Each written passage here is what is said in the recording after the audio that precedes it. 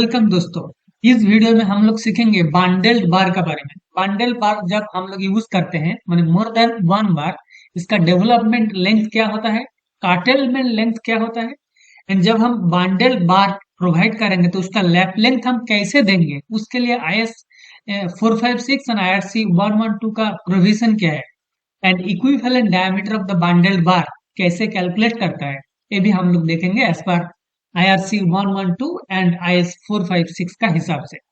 ये detailing of RCC section में हम जितना वीडियो अपलोड कर रहे हैं, इसका पहले हम लैप लेंथ का वीडियो दिया था, lap length, development length, anchorage length, तो इसका लिंक हम डिस्क्रिप्शन बॉक्स में दे दिया, आप जाके देख सकते हैं, आप पहले देखा नहीं होगा तो चलिए let's go one by one. इस वीडियो में हम लोग बंडल्ड बार के बारे में देखते हैं। बंडल्ड बार का IS 456 क्या बोलता है, द बार्स में बी अरेंज्ड सिंगली और इन पेयर्स इन कांटेक्ट और इन ग्रुप्स ऑफ 3 और 4 bars bundled in contact.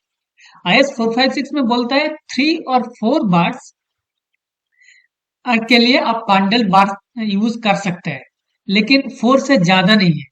And bundle bars shall be enclosed within the stirrups or ties, and bundle bar shall be tied together to ensure the bars remaining together, and bars larger than 32 mm diameter shall not be bundled except in column।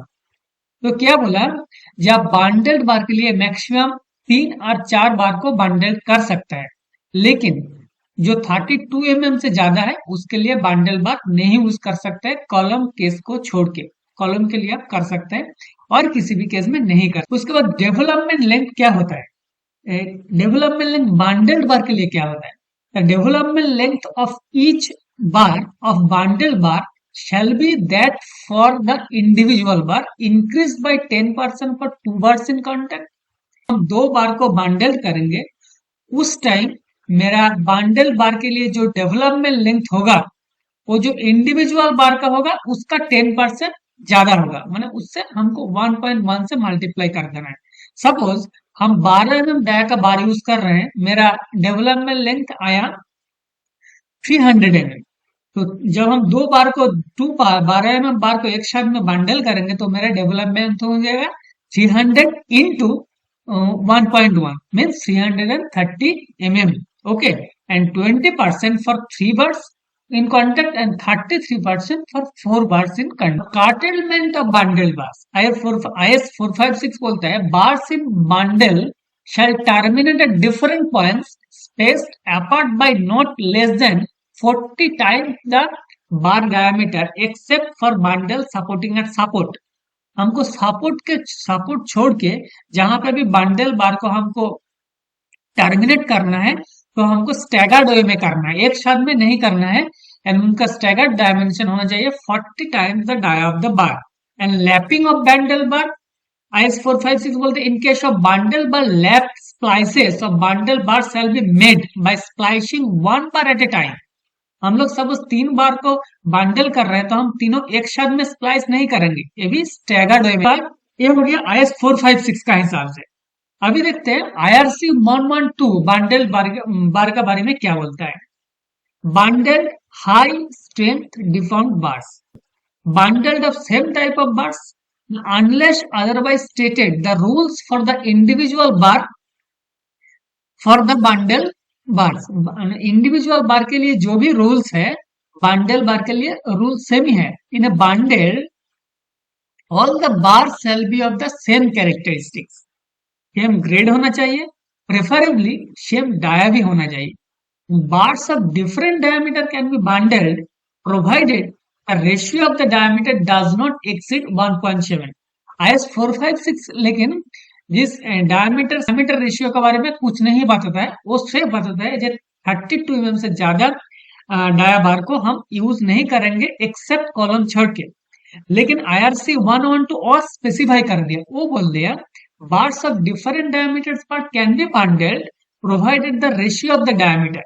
Suppose आप 10 mm and 20 mm dia को 20 divided by 10 करेंगे तो हमारा 2 हो गया, तो हम इसके लिए नहीं करेंगे, वो हमारा 1.7 के एक्सीड कर रहे हैं। लेकिन 5 mm dia and 16 mm dia को हम लैप कर सकते हैं, इसीलिए जी इसका डायमीटर रेशियो 1.7 से एक्सीड नहीं हो रहा है। नेक्स्ट देखिए इक्विवेलेंट डायमीटर, एक नया कॉन्सेप्ट लेकर आया है जो IS 456 में नहीं है, IRC 112 में इंट्रोड्यूस कर दिया इक्विवेलेंट डायमीटर के बारे में। इसमें क्या बोल रहा है, in design the bundle is replaced by a notional bar having the same sectional area and the same center of gravity as bundle. The equivalent diameter phi n of this notional bar is such that phi n is equal to phi into nb. That should be less than or equal to 55 mm, where nb is the number of bar in the bundle, which is limited to 4 for vertical bars in compression and for bars in lap joint for lap length portion, 3 for all other. देखिए IS 456 में बोला था जो 4 for column के लिए and 3 for all other case, इसमें almost same ही है, लेकिन एक इक्विवेलेंट डायमीटर का कॉन्सेप्ट लेके आ गया, 32 में रेस्ट्रिक्ट नहीं किया। एंड ये जो इक्विवेलेंट डायमीटर, इसका यूज क्या है, for a bundle provision of section 15.2.1 applying using the equivalent diameter phi n in place of phi, where two touching bars are positioned one above the other and where the bond conditions are favorable. Such bars need not be treated as a bundle. And minimum concrete cover and spacing of bar for bundle के लिए the equivalent diameter phi n, जो phi n हम calculate किया, इसमें से phi n is equal to phi into nb.